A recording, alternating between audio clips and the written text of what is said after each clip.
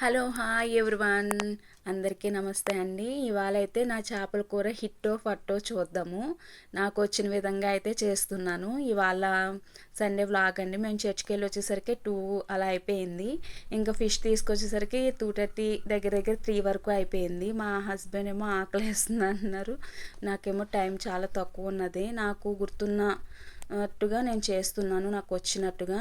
అంటే మా చెల్లి వాళ్ళు అయితే బాగా చేస్తుంది, తను చూపించింది. కానీ నాకు మొన్న ఒకసారి వండాను, అప్పుడు బాగానే వండాను. కానీ ఈసారి అయితే మొత్తానికి మర్చిపోయిన, అసలు నాకు ఏం గుర్తులేదు. నాకు గుర్తున్నట్టుగా నేను చేసుకుంటే వెళ్ళిపోయాను.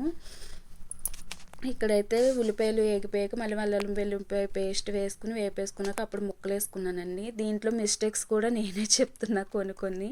ఎందుకంటే ఉప్పు కారం వేసాక ముక్కల్ని కదపకూడదు కదా. నేనైతే గరిటతో తిప్పేసాను అనమాట. అంటే విడిపోతుంది చేప, గరిటె పెట్టకూడదు అంటారు కదా. నేనైతే తిప్పేసాను. అంటే చిన్న చిన్న ముక్కలే కదా, పెద్ద ముక్కలు కాదు.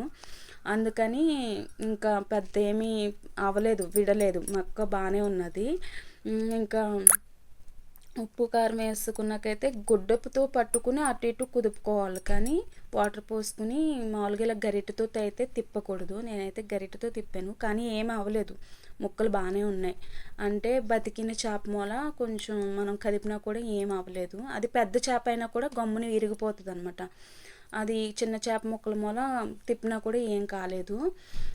తర్వాత అయితే కనుక ఇక్కడ మళ్ళీ ఇంకొక మిస్టేక్ చేశాను. ఏం చేశానంటే ఇక్కడైతే మళ్ళీ బెండకాయకి నాటు పెట్టుకుంటారు కదా, అదేమో ఏం చేశానంటే నాకు గుర్తులేక మామూలుగా రెండుగా చీల్చి వేస్తారేమో అనుకుని రెండుగా చీల్చి వేసాను.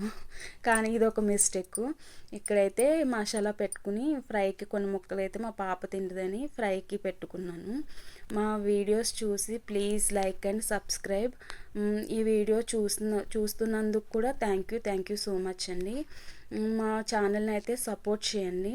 ఇంకా మంచి వీడియోస్ చేయడానికి ట్రై చేస్తాము. ఇప్పుడే కదా, కొత్త కదా. Thank you so much.